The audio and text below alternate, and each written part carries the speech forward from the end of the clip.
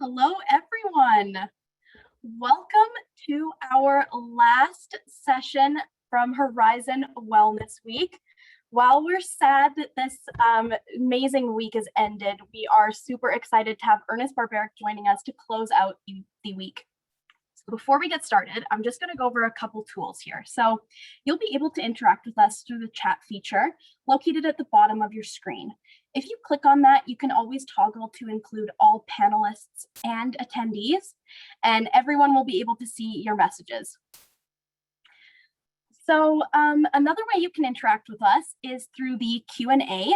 It's a button at the bottom. If you send in questions through there, it'll just be me and Ernest that sees your questions.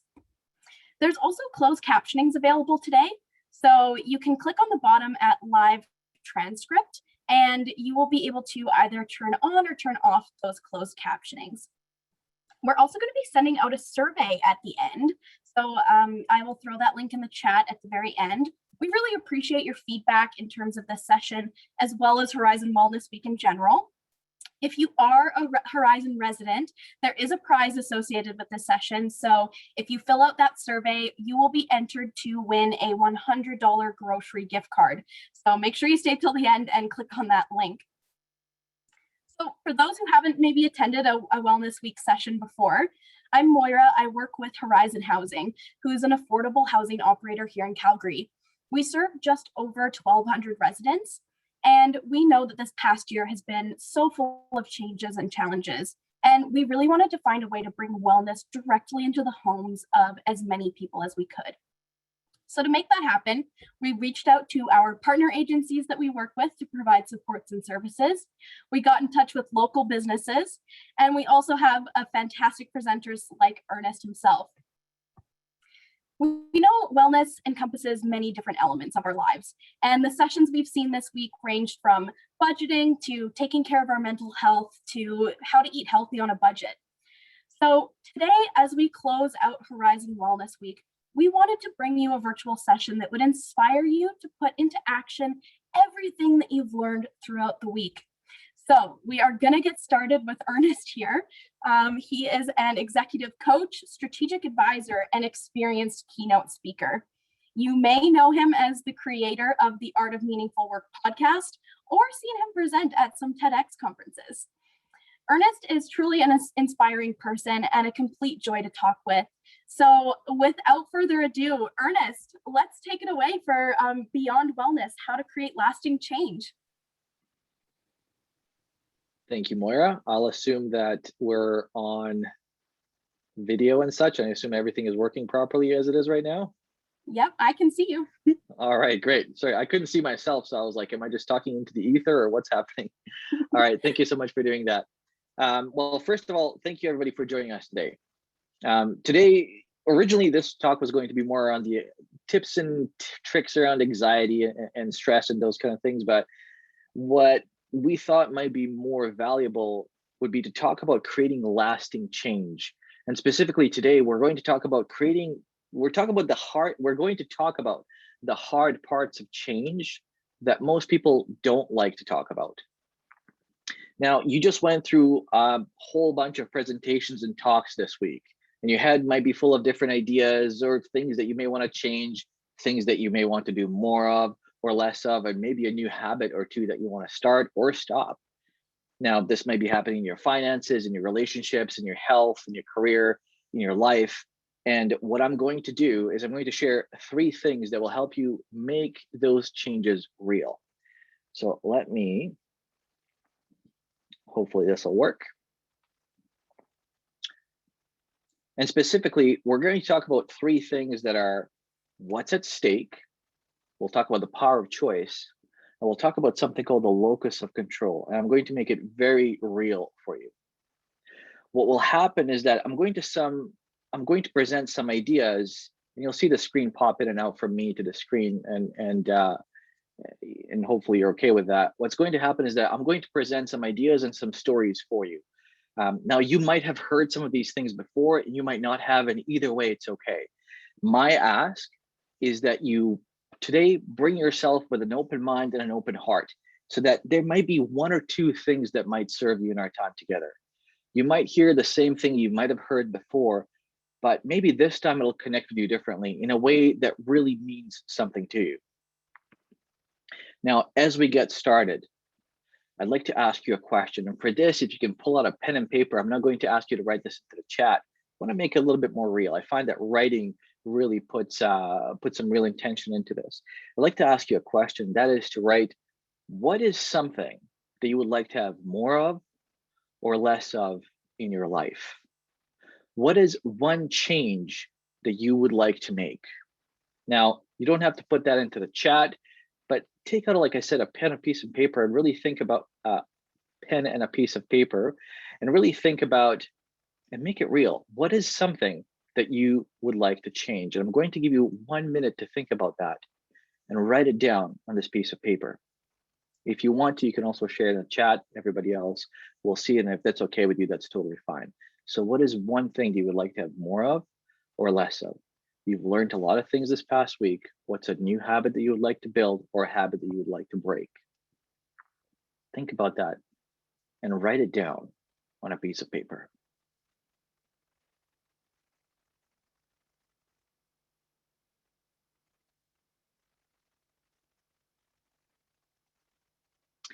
Now, as we get underway, I want to issue a warning to you. And that is, in our time together, we're going to look at some challenging things. We're going to look at some challenging ideas, and I might use some challenging language. And it's all in the service of our time together and the work that you have ahead of you after we wrap up this call. And as you start making some of these changes that you want to make. And I also need to make a confession. When I wrote this talk, it was going to be quite different. And I was going to be a lot more intellectual. I was going to talk to you about the brain and how change happens and myelination and all those kind of things. And I was getting you think about change and what you wanted to bring about in your work or in your life, or your career, or your health. But what ended up happening is that I rewrote this thing last night because of something that happened yesterday. And I'll tell you about that in a minute.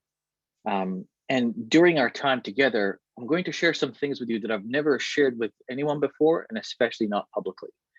And I hope that's okay.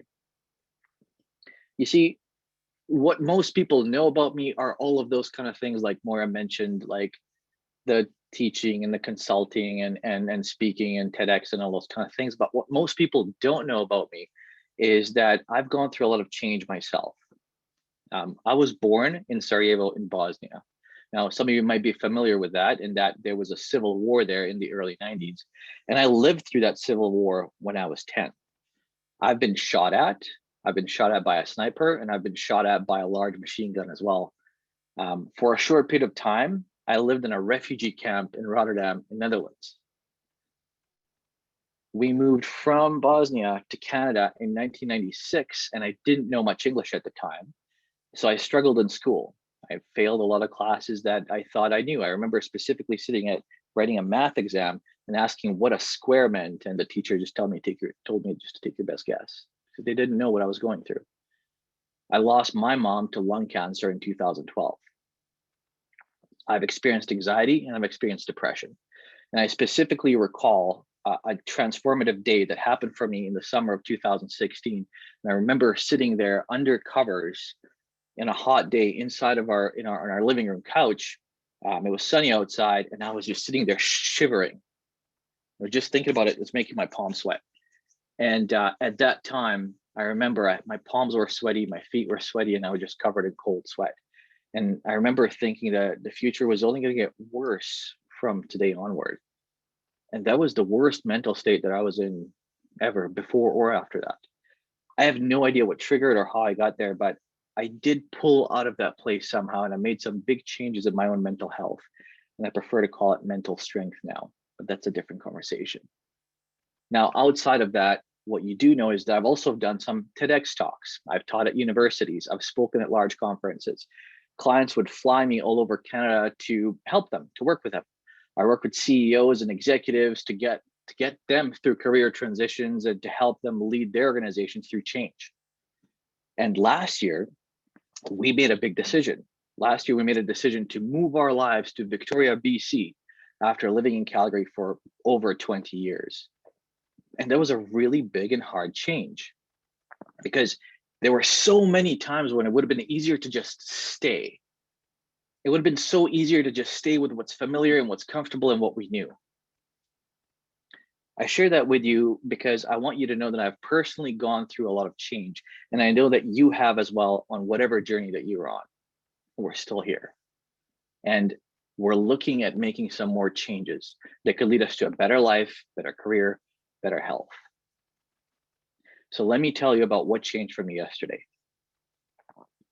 Yesterday, all this week, I was in different training sessions for most of the day, and yesterday I was sitting in the training session that I was in, and at 10:23, a friend texted me. Now, normally I don't have my phone with me. I usually have it face down somewhere out of reach. And for whatever reason, I don't know what it was, I just saw it out of the corner of my eye, and I looked at Reddit, and my friend's text read, "Chris passed away last night." Chris is a friend of mine. I've known him for about 20 years or so.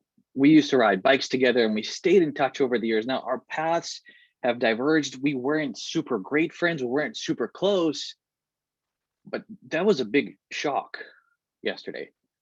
And Chris isn't that much older than I am. He's got two young boys, and he's been building all kinds of really cool things. He was building this replica R2D2 from Star Wars, and he won all kinds of awards with it. He would take it into children's hospitals. He would dress up as a Ghostbuster, and he would do that. He would do that to entertain kids at children's hospitals. He did all kinds of great things in the community. He was always ready to help. And I know that about a week ago, he went into the hospital with a pain in his leg. And then just a few days ago, I remember seeing a post from him on Facebook saying that he was asking for people to give him recommendations on shows to watch on Netflix. And yesterday, he passed away. And I don't know why, but that really shook me up. So after the training was done, and I wrapped all of that up, I went downstairs, and I remember just, I still kind of feel it now. I just felt numb. And I felt numb. I must have looked numb because my wife saw me that way, and she just asked me, like, "Hey, what's wrong?" And I had to tell her that I had another friend die. And so maybe I'm now at this age where these kind of things are starting to happen more often. And it reminded me of something. It reminded me of the thing that I forget. I know that I forget way more often than I think I should. It reminded me of something that we all tend to forget sometimes. And that's the stakes.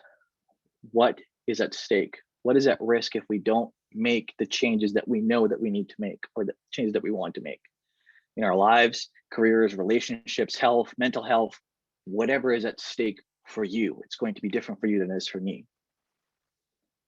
Now, you see, in 2012, when my mom passed away, I came across this article that really struck a chord with me. It was written by Sir Ray Avery. I'm going to show you his picture here. Now, most people don't know who he is, but Ray is an inventor. He's a humanitarian. He's an amazing human being, and he's done some incredible and amazing things in his lifetime, and thankfully he's still around. And amongst many things that he's done and invented, he designed and built 2 intraocular lens laboratories in Ertra in Eastern Africa and Nepal. Now, these are lenses that are used as part of cataract surgery. And those labs that he built in association with other manufacturing facilities now supply over 10% of the world's market for intraocular lenses. And they've collapsed the price of those lenses from $300 to $6.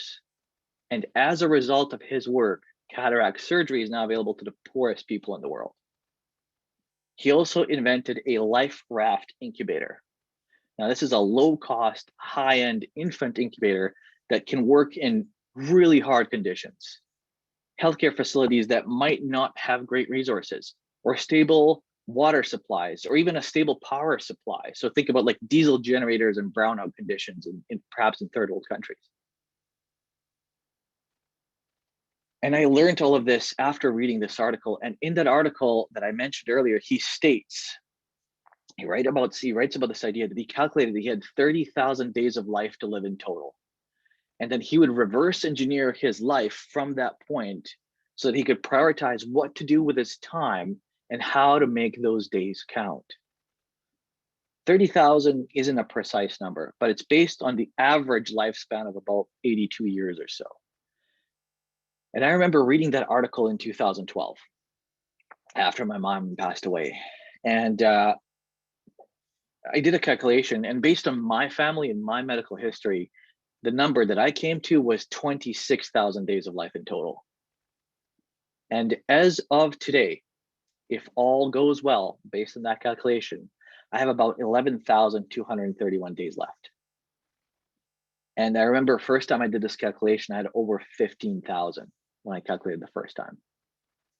And what's at stake for me are each and every one of those days. What's at stake for me is that I can get and stay healthy so that I can see my daughter grow up, that I can be there with my dad if he's not well, that I can take care of my family as well as I can, that I can contribute to the lives of the clients and the people that I work with, that I can make some kind of mark with my time here, and that I can say when I'm at my last day that I lived a life that I'm proud of, with all the bumps and the bruises and setbacks and all the terrible mistakes that I've made along the way. So when it comes to making change and making change last, you really have to think about and connect to one really important thing, and that is what is at stake for you. It's going to be different for everyone. And for me, Chris reminded me of what my stakes were. So if I pause here for a minute, if you reflect back to that thing that you wrote down a few minutes ago, if you look back at it, do you need to change it? Do you need to update it? If you feel called to update it to something that is at higher stakes, I would invite you to do that now. You can, maybe you thought about it, maybe there's a thing that you wanted to change, and really think about what is it that I would like to change and what is really at stake for me.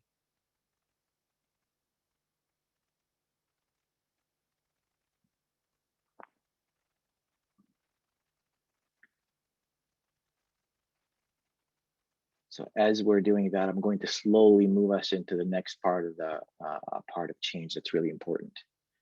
And we're going to look at another aspect of making change last, because that's what's really important. Making change in one moment is great, but making change last is what really matters. And for this one, I'm going to take us to 1930s, right before the Second World War. This is Viktor Frankl. He was an Austrian neurologist in the 1930s. And after the Second World War began, in 1942, Frankl and his family were rounded up and sent to a concentration camp because they were Jewish. Him and his family spent 3 years in 4 different concentration camps, including the largest and the most deadly of all of them, Auschwitz. His parents, his brother, and wife all passed away or were killed by the Nazis in those camps. And Viktor suffered beatings and torture and the worst of humanity for years. During his time in those camps, what he would do is that he would look at and observe the behavior of the prisoners and the guards. He would write down his observations on scraps of paper or whatever he could find. He would hide them in different cracks in between rocks or inside of a bedpost. And there were times when he got caught and he got punished. And there were times when he lost everything that he worked for because they moved him from one camp to another, and he would start over again. Now, Viktor was particularly interested and particularly observant of people who, despite the torture and despite the beatings, were still continuing to live, as well as those who died without hope and with broken hearts. And he did this for months. He did this for years. In 1945, there was a change. The Red Army approached and liberated Auschwitz, and Viktor got to escape. After he was freed, he wrote about his experiences and everything that he learned in a book called Man's Search for Meaning. And he wrote that book in 9 days because he had it all in his mind. And I remember the first time I picked up that book because somebody recommended it to me, I could only get to the first 30 pages or so, and I had to put it down because it was so heavy. Years later, when I was much older and I was in a different place, I was able to finish that book and understand some parts of it. There was something that he wrote in that book. There's a key point that I'll always remember. And that point is that everything can be taken away from a man, but one thing, the last of the human freedoms, to choose one's attitude in any given set of circumstances and to choose one's own way. And the reason I bring that up is because even in the worst of circumstances, no matter what storm or change that you're facing, you still have the power to choose your attitude, to choose how you'll respond, to choose your actions, to choose the words that are going to come out of your mouth, and to choose who you're going to be in this moment. Now, when we were in Sarajevo, the city that I was in, that I grew up in, the city was under siege. So we're completely surrounded. There was no water, there was no power, there was no gas, and there would be shooting and shelling on a daily basis.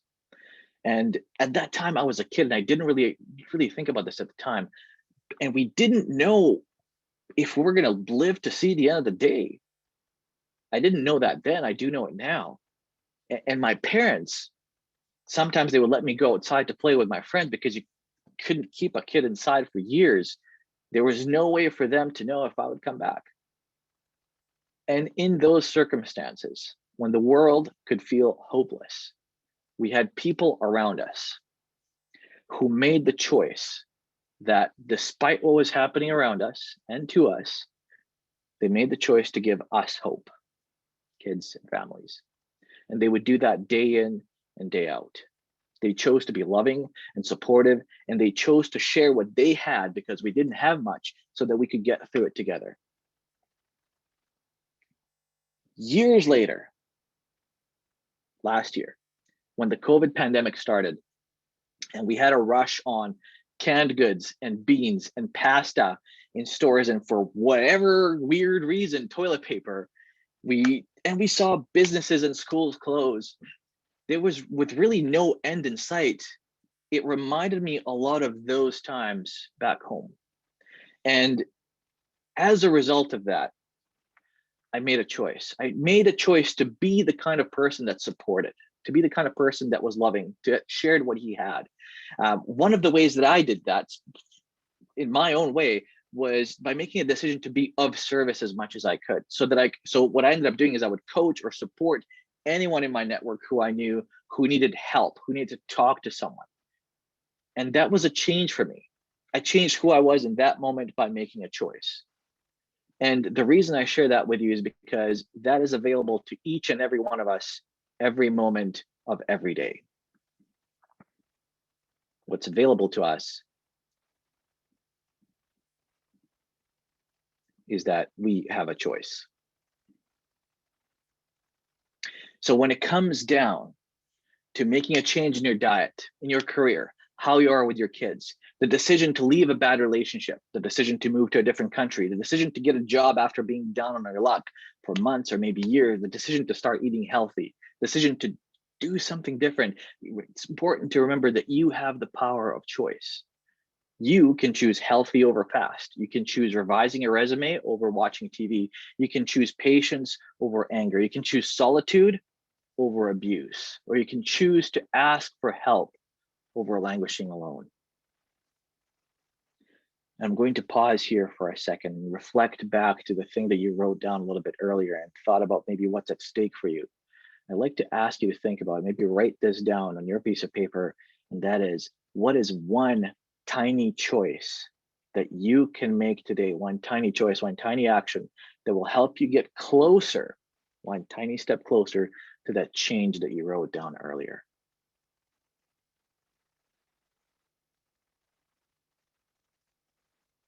Think about it. What is one tiny decision you can make? What's one tiny choice that will get you one tiny step closer to that change?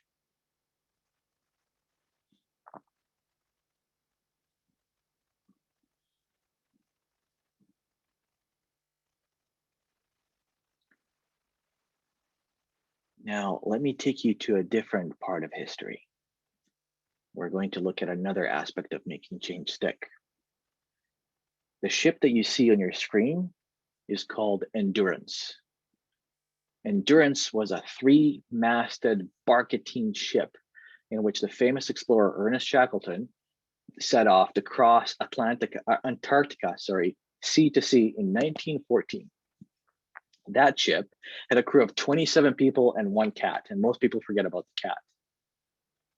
The ship and the crew left a whaling station in the South Atlantic Ocean on December 5th, 1914. And just 2 days later, they ran into trouble. They encountered an ice pack. And that ice pack slowed them down to a crawl. For weeks, they crawled ahead about 40 kilometers a day, 1 day at a time, until finally in January, they ran into a heavy ice pack and their ship got stuck. They were completely icebound for as far as the eye could see in any direction. And they tried everything to get the boat unstuck, and nothing worked. Days passed, weeks passed. There was no help coming, and there was no end in sight. And it kept getting worse and worse. At one point, the ship got so damaged by the ice that it sank. And that was the only solid structure they had left. Think about it.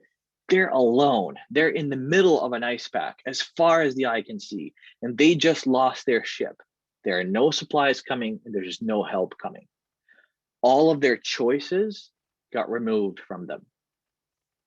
Their fate was being decided by things outside of their control, no matter how hard they worked or what they tried. Or was it? You see, Shackleton and the crew kept on task. What they did is they created jobs for each other.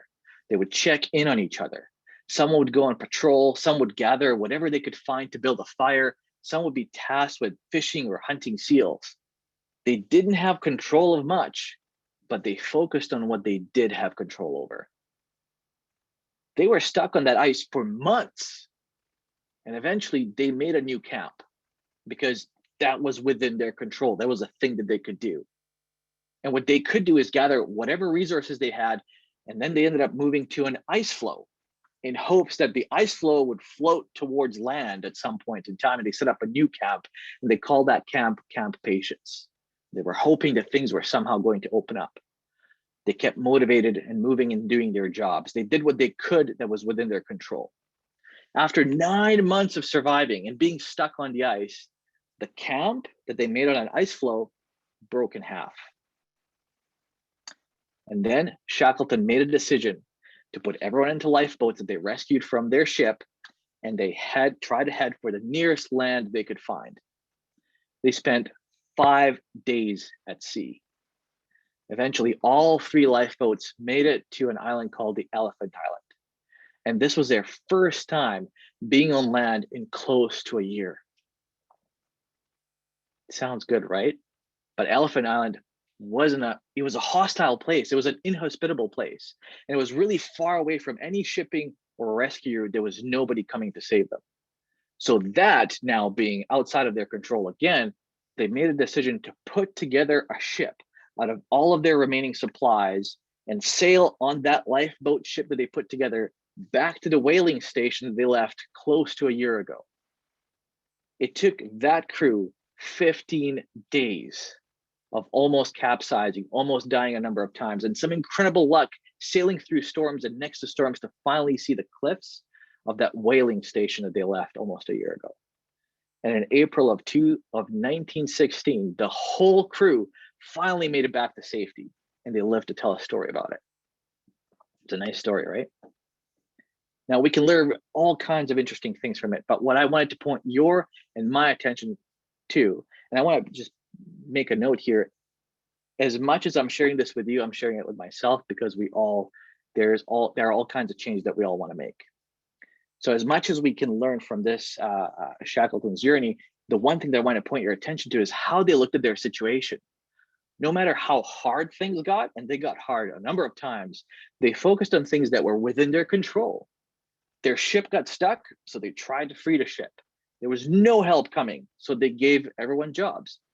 Their ship sank in the middle of ice, so they built a camp. They ended up running out of supplies, so they moved that camp to an ice floe, hoping that it was going to float away towards land. Then the floe broke in two, and they boarded these lifeboats and started sailing towards land. They landed on an island, but it was an island that was completely inhospitable and far away from any help that was coming their way. So they ended up building a ship from these lifeboats and started sailing to the whaling station where they left. So how does this apply to making lasting change? On the journey that you want to make, the changes that you want to make, the life you want to build, the career you want to develop, the health changes that you want to make, you're going to run into all kinds of obstacles and all kinds of setbacks. Circumstances will sometimes be hard. It's not all rainbows and unicorns. If you focus on what's within your control at any given moment, you can always find a way to keep moving forward. And I want to anchor this into some very practical examples here.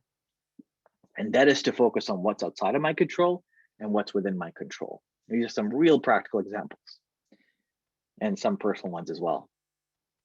What might be outside of your control is that the teachers that my child has at school, maybe you don't like what they're teaching, maybe you don't like what's happening, but what's within my control is that I can go to the library, I can get a free membership, and I can read to my child every night. What's outside of my control is the job market or the person that's in charge of hiring, and I fired off over 1,500 resumes in the last month. But what's within my control is that I can take an online course in the evening and I can ask for help for my resume.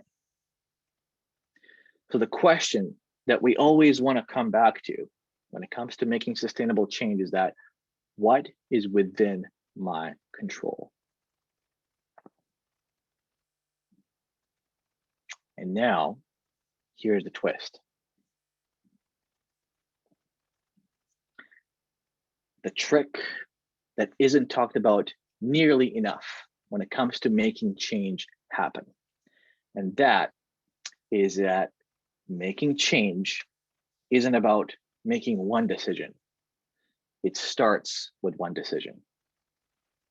And many thinkers have said that you're always one decision away from a completely different life. And I found that to be true. And many of you experienced that in your life as well. The trick is that once you make that one decision, then you have to make another and another and another after that. It's hundreds of small decisions every day, sometimes multiple times a day, that will get you closer to where you want to be.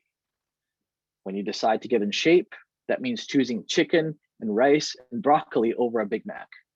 Not just today, but every day this week, and the week after that, and the week after that. When you decide to start your life over and leave a bad situation, I've had clients that have done those kind of things before. That means that you have to focus on one small step that you can take right now, and then one small step after that, and one small step after that, and one small step after that, without falling back to old habits. And I wanted to anchor this for you in a very real example. This is Shane. Shane had a good job at a local restaurant, he had a wife, he had 2 kids. He was also a lifelong drinker. He started drinking at 15 because alcoholism runs in his family. What he tried to do, he tried to cure his anxiety with alcohol, and he learned that it never really worked. And one day he made a decision to quit. It wasn't hitting rock bottom, although he has a few scary stories about hitting rock bottom multiple times. It was that he didn't like who he became, and he didn't like what it did to his body. You see, the thing with Shane is that he tried to quit before and make changes, but it didn't work. One of the ways he did that, he gave himself a 30-day goal of staying sober and staying healthy. But then what happened is that after those 30 days, he went back to drink, and went back to drinking even more. This time though, Instead of giving himself instead of giving himself a time span, he gave himself a starting point. And that starting point was the day after his son's birthday. And he made the choice that was within his control to stop. And for a month following that, he replaced drinking with sweets, which then created a whole bunch of other problems. And he realized that that wasn't going to work long term. He drank to cure his anxiety. And now that he stopped drinking, the anxiety never went away. And one day while he was mowing his lawn, he was in the middle of that anxious vortex. And if you've ever experienced anxiety and depression, you know exactly what I'm talking about. It's when your thoughts spiral in the back of your head about how terrible things are and how the future is going to work out. And so you feel this tension in your body gets sweaty, and you get into this fight or flight response. And he was in that space, and he felt this urge to run. Now, that was a choice that he had to make. But what happened is that the anxiety got the better of him, and he didn't act on it. He made the choice to not take action. But then the next night he felt that urge again.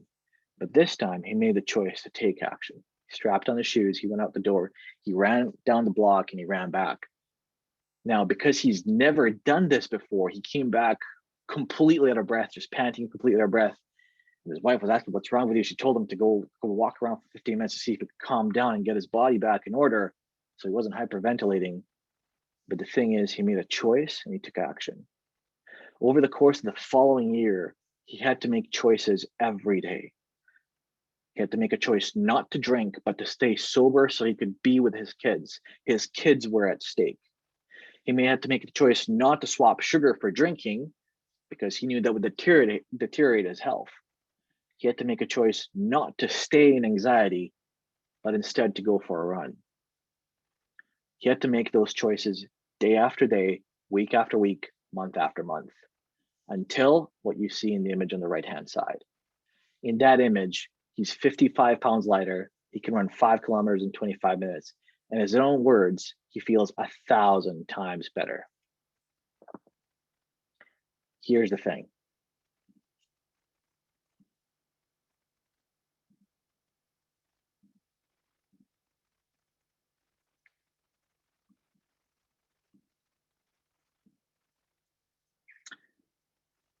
We are going to hang up in a few minutes from now. You'll remember a few things that you might have heard or listened to this week. By Monday of next week, you'll probably forget most, if not all of it.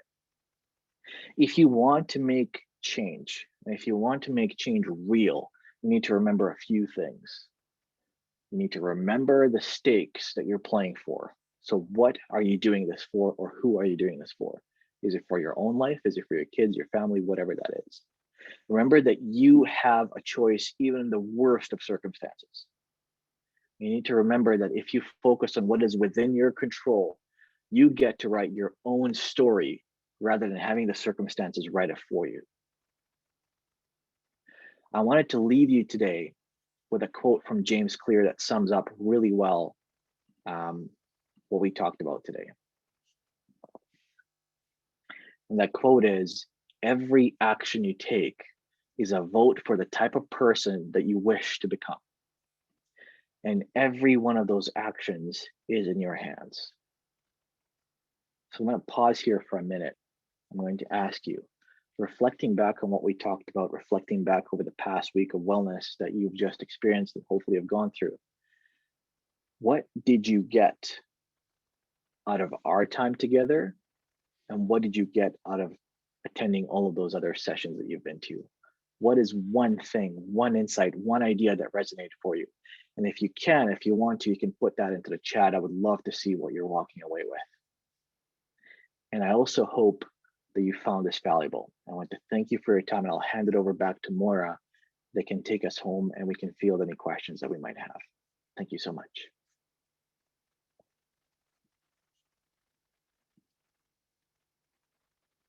Wow, Ernest, thank you so much for that presentation. That was so incredible. And I really appreciate you sharing with such open vulnerability and honesty and impact the experiences that you've had and what you've learned from them, as well as sharing some stories of other people with us and the key takeaways that you've had from them. I really appreciate the way your mind works from seeing a situation and really understanding, those choices that people were able to make in order to, take control of what was happening to them and take control of how they were reacting to what was happening to them. You've definitely left a mark on all of us today, and I want to open it up for questions and comments from everybody. So please, if you have a question for Ernest, please throw it in the chat, throw it in the Q&A. This is our time to really pick his brain. I will say that was really impactful for me, so maybe we can take it back a little bit lighter. I know we're all probably wondering what happened to the cat. I'm not sure what happened to the cat. As far as I know, it's not in the records, but it was a long year that they were stuck on ice. So I'm guessing that the cat at some point in time passed away. maybe he got by a seal, but maybe we can all think about the cat surviving and making choices out on that ice and living his best life. So I thank you everybody for throwing in the chat all of the different comments you have and takeaways that you have from this. I really appreciate it. There's definitely a lot of different things at stake for different people. And I see one comment saying that change is moment to moment making a choice. So I think, Ernest, is there anything else you'd like to share with us in terms of, Sure, there's a couple of things. I mean, hopefully you can hear me. Look, this wasn't a light presentation, but the thing is with these what I find is that it's, this is what it takes to make change happen. It can be a happy change, and the work that we put into it is having to make that choice every time. The Shane that I showed you a little bit earlier, that took over a year to go through that kind of transformation. I've experienced anxiety and depression myself, and what I ended up doing is that when I was, I remember when I was sitting there, the first thing I ended up doing, or what popped into my mind, is I'm like, what is going on? So I started reading these research journals, whatever I could get my hands on. I actually still have a few. I'll show you.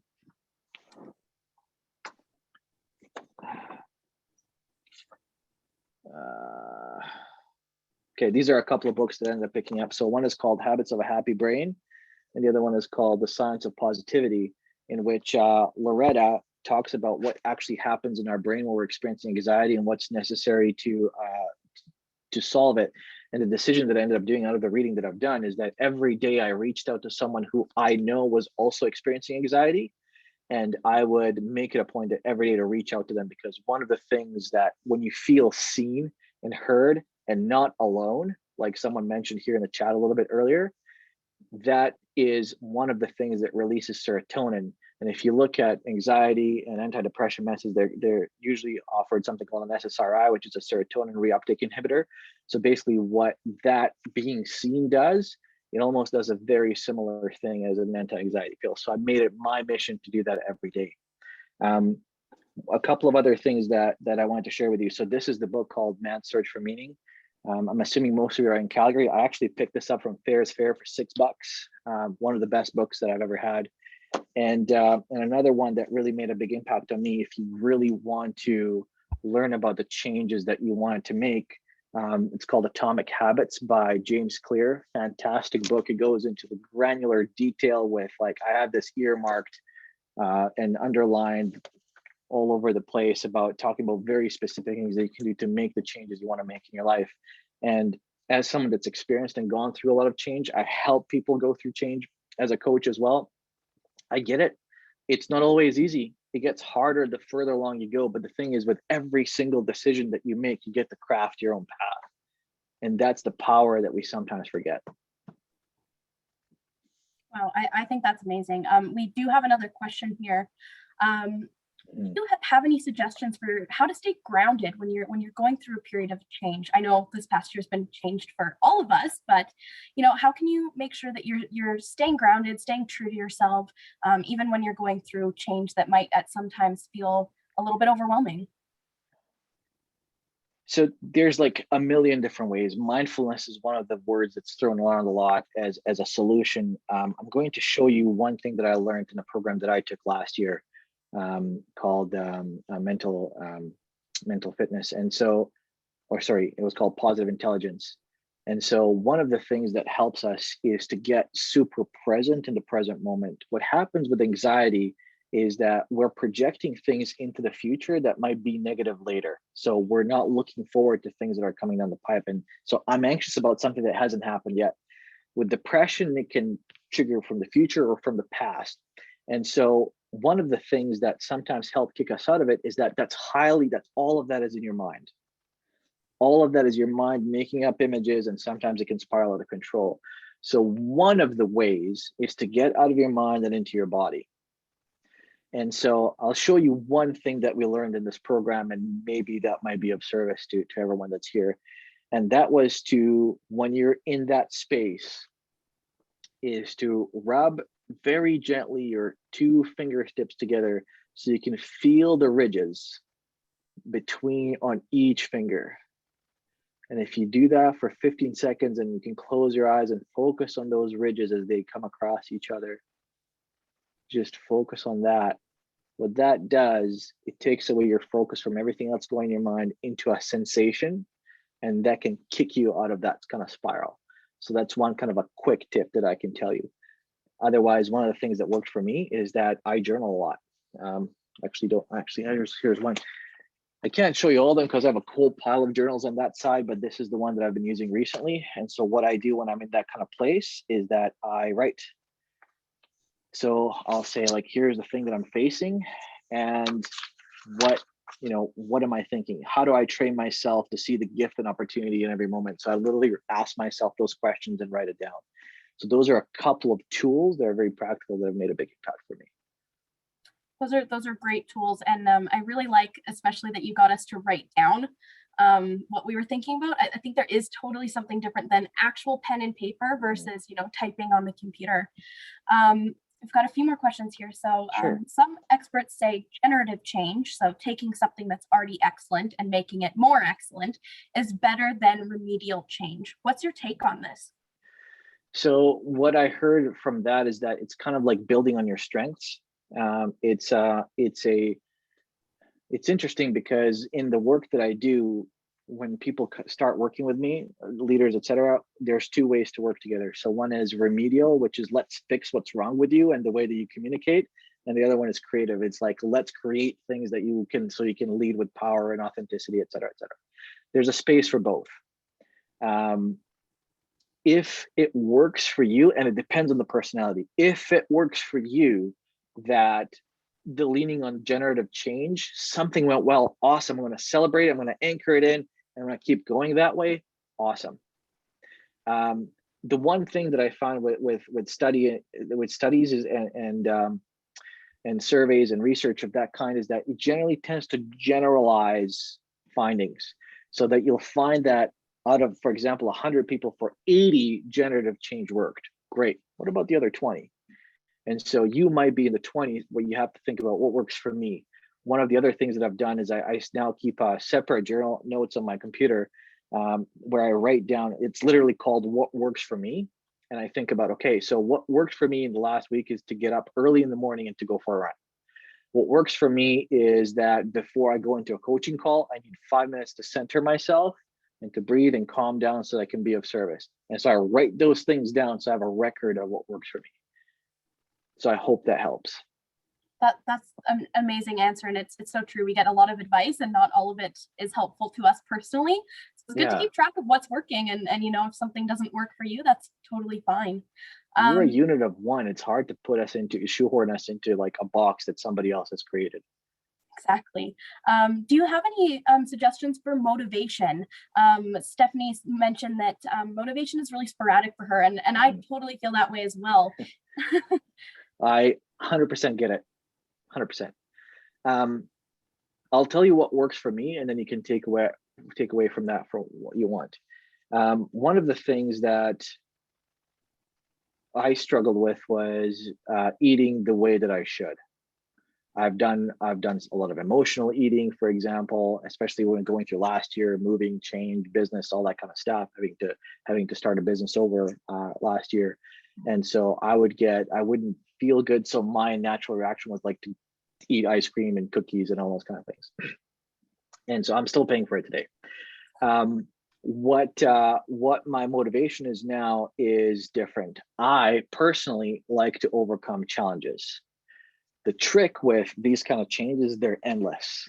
So there isn't an end to, eating healthy or running or meditation or whatever. It's not something that you like, I have now won running or I have won the gym. You go to one time, it's like, I'm finished. I've won fitness and I'm done. It's a thing that you have to keep doing. So the way that I do it for myself is that I set myself a goal that I want to achieve. So I'll say something like, well, in a week, I want to run for 1 hour for 150 minutes, for example. And so that's a goal that I set for myself, and I have a watch that tracks it. And so if I get over that, awesome. If I don't get over that, then I can be a little bit hard on myself. But for me, like, that's a goal that I can hit, and it's compartmentalized. It's a project. It has a start, it has an end. And once I get to the end, I'm done. I know that I've accomplished something. So that was one of the ways that I think about it. And I hope that's helpful. Yeah, no, for sure. And then I know, having that no end date, it's very a true comment that, you can't just have that end date and feel like but you can still celebrate the little things along the way. Absolutely. But even that can sometimes feel daunting, a task or maybe what we wrote down today can feel overwhelming. Do you have advice on how we can take the thing we wrote down and make it feel a little bit more achievable, a little bit more manageable, less overwhelming? So the best advice that I can give you, or the best thing that's worked for me, is that it's something that I now work with leaders on and executives, et cetera. And that is, it's nice to have goals. It's nice to have a year goal, a month goal, weekend, whatever that is. But the way that I think about it now is I think about, where do I want to be 5 years, 10 years, 25 years from now, and have a very clear vision of what that looks like. And then what's one tiny little thing that I can do today? If that literally means putting on my shoes and going outside for 5 minutes and coming back, done.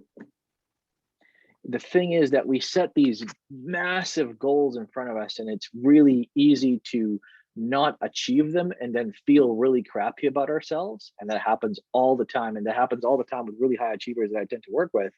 But the challenge is then you end up beating yourself up and you get into this horrible mental state. So instead of that, someone mentioned a little bit earlier, choose a one tiny step that you can take, celebrate that, and pick one tiny step after that. That's all it takes, one step at a time. Wow. Yeah, that's great advice. And I like that, having that one step, one thing to do. And so instead of at the end of the day feeling like you're left disappointed, you have something to show for it, even if it is, going outside for 5 minutes. It's better than not going outside at all. Mm-hmm. That's a win. I don't know if I can show you this. Let me see. So I'll show you another real example. So when I was in this space in early 2020, I was not in a good space, my business and those kind of things. And so what I ended up doing is I created this journal that's changed since. I called it 2020 wins. And what I would do every day, every time I did something that was a win, I would write it down to this journal. So I have like pages and pages and pages of little wins. And I'll show you what a win is. Had a good workout, had a good talk with Jason, had a good call. There's a friend of mine that wants to book. I got to the gym. I helped David yesterday. Like, it's not big things, but this showed me that I was getting somewhere and I was getting movement, because it's very easy when you're always looking forward to not turn around and see how far you've come. And I totally get that. And it's also an important thing to do. Wow. I love that. I'm gonna start a 2021 wins. I'm a little late, but my first win can be that I've started it. So wonderful. I think if anybody has any other questions, just throw them in the chat. But we're gonna wrap up here in a minute. So I just want to say again, a huge thank you to you, Ernest. This was such a great way to leave Wellness Week.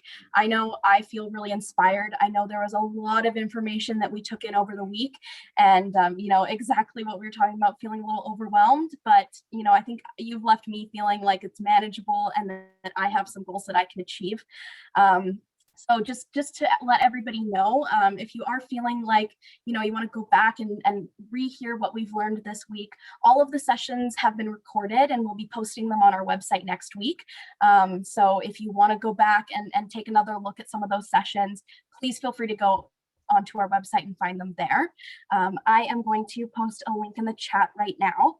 So please go ahead and fill out that survey. This is Horizon's first wellness week, so we really appreciate any feedback you have for Ernest's session, for how you felt about the week overall.